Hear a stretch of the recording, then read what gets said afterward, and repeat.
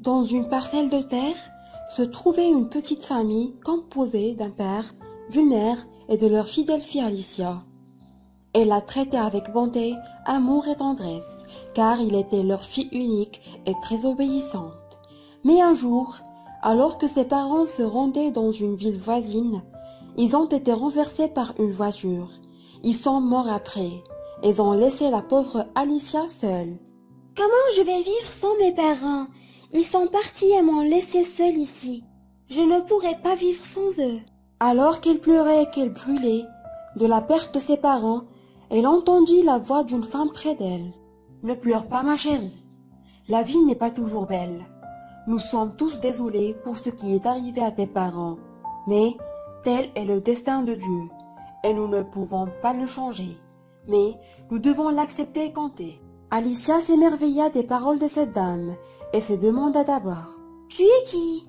Vous êtes madame qui ?» Alicia regarda à nouveau cette dame, et elle lui sembla brillante, et elle sut qu'elle n'est pas humaine. « Ta forme ne ressemble pas à celle des autres femmes. Ton apparence est très différente. Tu es un ange? » « Oui, ma chérie, je ne suis pas un humain, mais je suis l'esprit de tes parents qui t'aiment tellement. Ne t'inquiète pas, je suis ici pour t'aider, et je ne te laisserai pas seule dans cette vie comme tu penses. Je t'ai donné un grand pouvoir, et je ne peux pas te dire. Je te laisse te découvrir par toi-même. » Ainsi, après que cette dame a dit cette conversation, elle avait disparu comme si elle s'était évaporée. Elle restait émerveillée et ne prononça aucun mot. Des moments passaient et elle est restée comme ça. Et si son bon oncle vient à elle? Nous avons terminé le moment des cérémonies de consolation. À partir de maintenant, tu viendras avec nous pour vivre dans notre maison, avec ma femme et mes 2 filles, et considérez-les comme tes sœurs. Et je suis sûr qu'ils vont t'aimer. Elle n'avait pas d'autre choix que d'accepter l'offre de son oncle. Il est la seule personne qui lui reste de sa famille. Elle accepta rapidement et rassura que son oncle ne le laissera pas seul. Elle a hérité de ses parents de nombreux biens et elle ne la manquait que la famille. Alors, Alicia est partie avec son oncle. C'est la fille de votre oncle, les filles. À partir de maintenant, il va vivre avec nous. Vous êtes tous des sœurs, compris? Oui, papa, d'accord. Je vous remercie, les filles. Au début, les choses étaient si bonnes. Suzy et Rose, les cousines d'Alicia, étaient trop gentilles avec elle. Elle jouait avec elle toute la journée. La femme de son oncle l'a aussi bien nourrie et s'est occupée d'elle comme ses filles. Cela ne fait aucune différence entre elle et ses filles.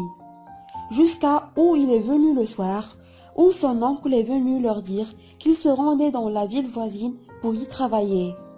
Il restera quelques semaines, puis il reviendra. Par conséquent, le traitement de la femme et des 2 filles de son oncle a complètement changé, où elles sont devenues dures avec elle sévèrement. Elle lui a dit de faire le dur travail seule.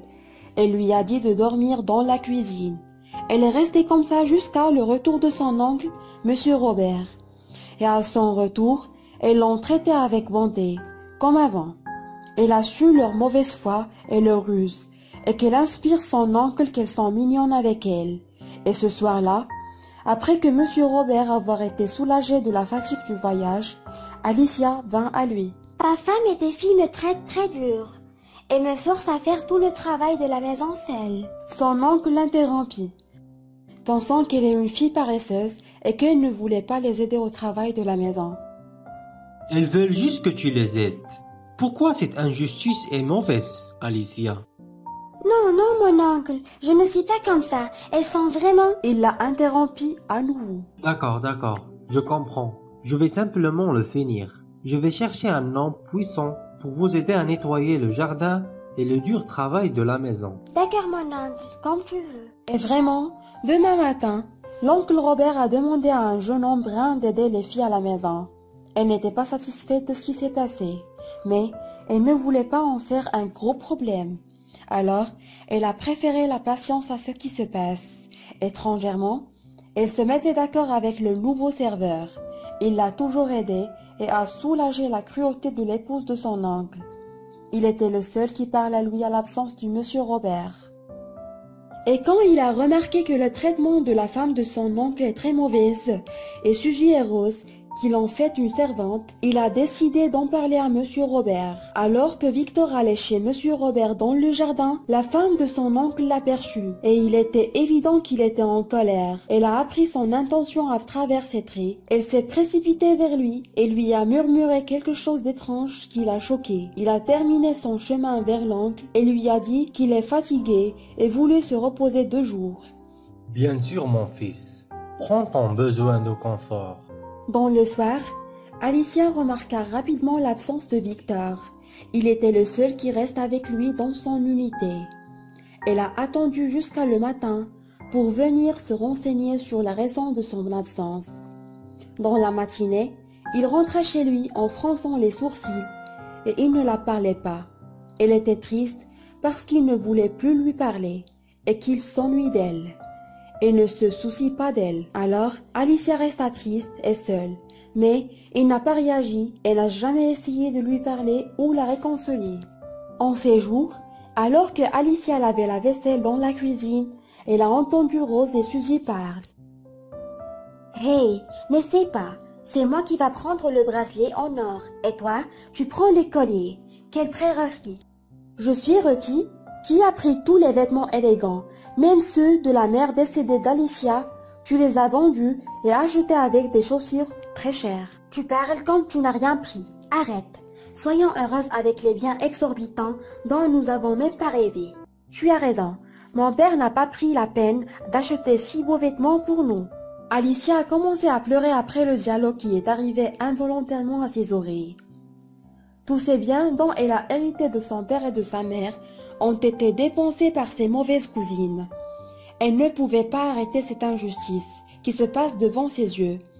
Alors qu'elle était oppressée et qu'elle pleurait, elle se souvint de la dame qu'elle avait rencontrée à l'enterrement de ses parents et du pouvoir magique dont elle a parlé. Et elle dit « C'était une fée.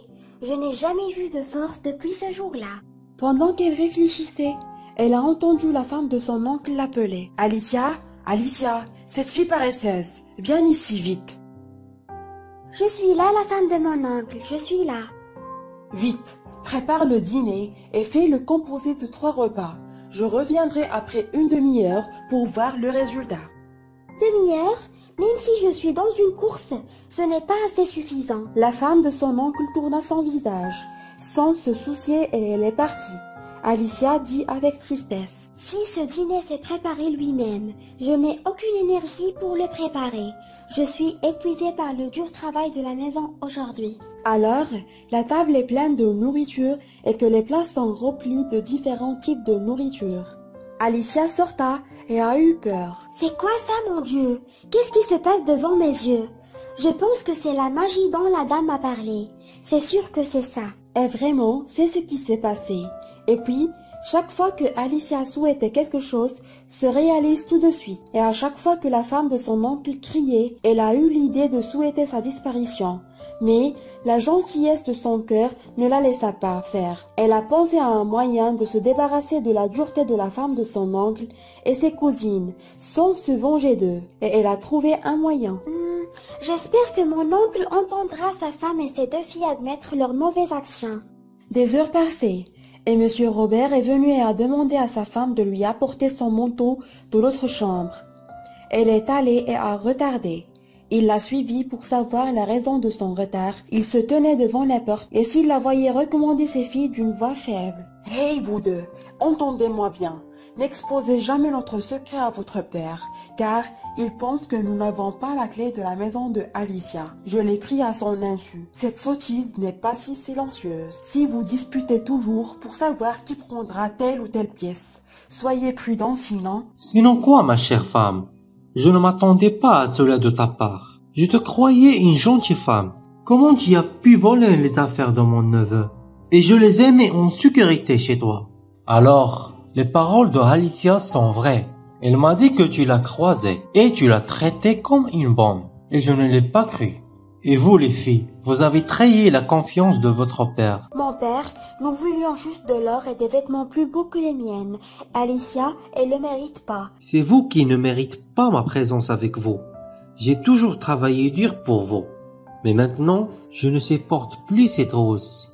J'irai vivre dans la maison de mon défunt frère avec Alicia. Je vous rendrai visite de temps en temps. Je ne suis pas comme vous pour renoncer à mon devoir parental. Et après le débat houleux qui s'est passé entre eux, il est sorti déçu d'après eux, et il attrapa Alicia et s'excusa sincèrement auprès d'elle.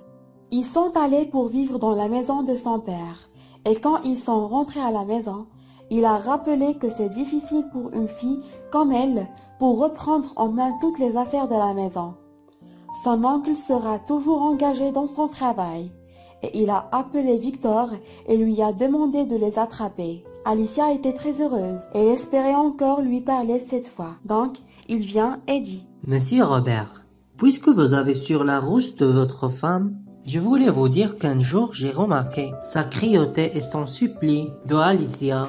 Je voulais te dire la vérité, mais elle m'a bloqué le passage. Elle m'a menacé qu'elle va tuer Alicia et s'en débarrasser d'elle. Alors j'ai assoupli et reculé. L'oncle a été profondément surpris par ce qu'il a encore entendu. Il a excusé à la pauvre Alicia qui a souffert à cause de sa femme et qui pensait qu'elle s'occupera d'elle et la considérait comme sa fille. Alicia était très heureuse parce que finalement, elle s'est débarrassée de la dureté de la femme de son oncle et ses filles. Et elle était heureuse parce que Victor l'a parlé et il a su la raison de son silence. Ils ont vécu toutes les trois dans la maison dans la joie et le bonheur.